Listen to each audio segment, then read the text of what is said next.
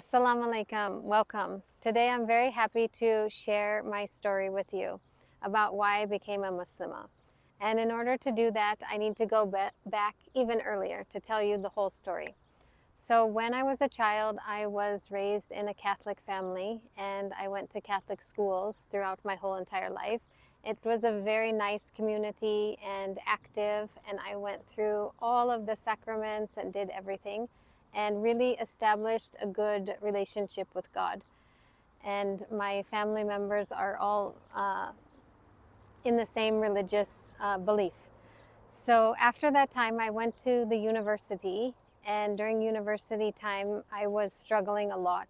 I had a lot of emotional upheaval, and it was a really difficult transition in my early 20s. So I was looking around and reading a lot of books, trying to find guidance. And at that time, I found a book called The Course in Miracles. This book is a large book, and in the back of it, it has a workbook. It's called 365 Lessons. And basically, it recommends that you go through each lesson per day. And essentially, it's a meditation practice where you sit and you try to connect with your creator directly. So I started doing this in 2001, and I kept doing it again and again. I went through the workbook approximately 3 or 4 times over the course of 7 years, and I really benefited a lot from it. It's taught me how to calm down inside, and it teaches a lot about detaching from this world and trying to connect with your creator.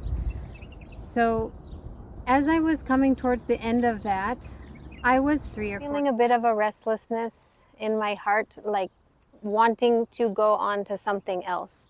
And so I was open at that time.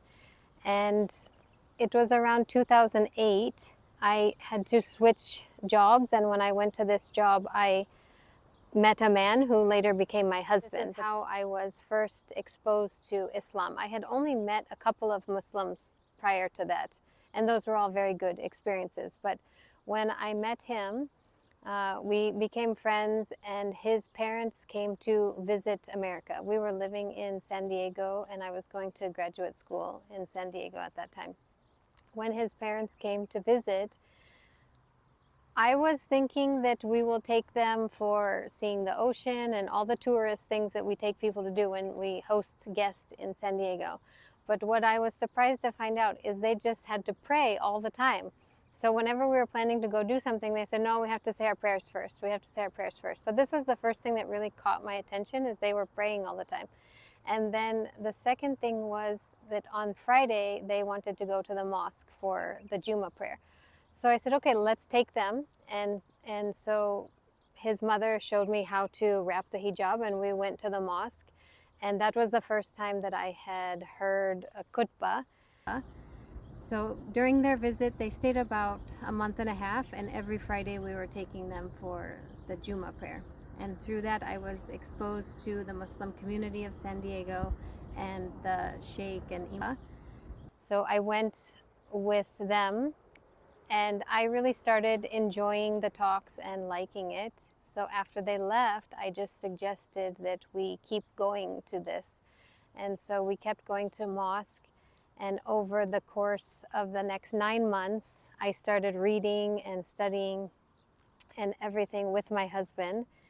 And the great thing was that when we decided that we were going to get married, we went to the mosque and talked to the imam. And he said that you really don't need to convert to Islam in order to get married. So when we got married, I had not converted at all. And it was after the marriage that we started studying together and reading everything together. And we began our journey in Islam. So that was a really beautiful time. But the reasons that I kind of went through this process, and like I said, it took about 9 months of really deep dive studying to convince myself to become Muslim. And I listened to a lot of videos and books like Hamza Yusuf and different sheikhs that were really popular at that time. But the things that convinced me, number one, is that I had developed a belief that to worship, you need to have a direct connection. And I had found that through this meditation practice, but I had not found that in the Catholic religion, because in that religion, they often pray to intercessories, like they pray to Mary or they pray to saints. And so it was really comforting to me that the prayer style in Islam was a direct connection to God. So this was the first thing that was very important to me.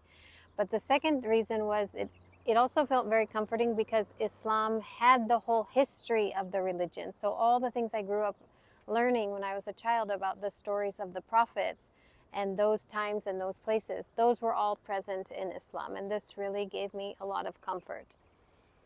The next few is that I found Islam really had a strong moral and ethical guide on how to live your life, which is not really present in meditation or New Age practices. So when you look at Islam from the outside in and you start asking questions, I found that it simply has an answer to everything. I mean, it has an answer to how to earn money in a halal way. It has an answer how to save money, who to give charity to, everything about the day-to-day life and everything about the big questions in life also. I found answers are very clear. So this was really a good reason, and it helped me acquire the faith. So I was pretty well convinced. As you can see, it fit well from where I had come from in my past with a Catholic upbringing and a meditation practice. It really kind of had it all in my mind. This was my perception. So I only got hung up on one item, and that was the afterlife. I know this is a big item, so it's very important. But the question is, what happens after we die? This is a really important question that we all have to answer for ourselves.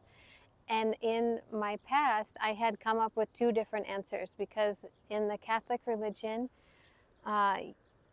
you go through a judgment and you will go to heaven or hell. But in this New Age meditation practice that I was deeply involved with, it didn't have that understanding. It had the understanding that we came from our Creator, we had an experiential life, and then after we would go back to our Creator. But there wasn't like a day of judgment per se. So I had to grapple with this question for a little while. But my husband is very knowledgeable in the religion and spirituality, and he talked with me about it and explained that it has to be logically, it has to be this way, because when we were put here with free will, and we have the choice to choose to do good or choose to do bad. And so we are all making different choices. So there must be an accountability for those choices at the end. And after that, alhamdulillah, he convinced, and then I said my shahada and became Muslim in 2009. Now I have been living as a Muslim for many, many years. And I was in California for several of those years. So like I said, I had a great experience when I was accepted into the community in San Diego.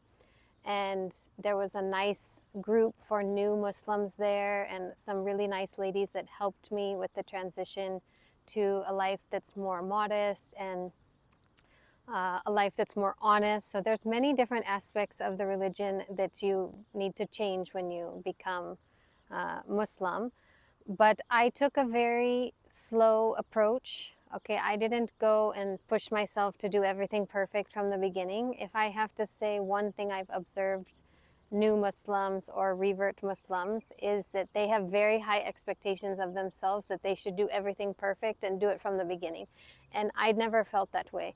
So I took it slow, and I've always just tried to do the best that I can and adopt as many of the things and focus on really the big things in Islam and try to do that the best I can. So it really changed my faith. There was another phase of it, is that in 2013, we moved to Saudi Arabia. And we have been living in Saudi Arabia since then, and I have had some really amazing religious, spiritual, cultural experiences over this time period. And this is precisely why I have decided to make a YouTube channel for telling you all about this. So I thank you so much for watching, and I hope you enjoyed the story. Mas.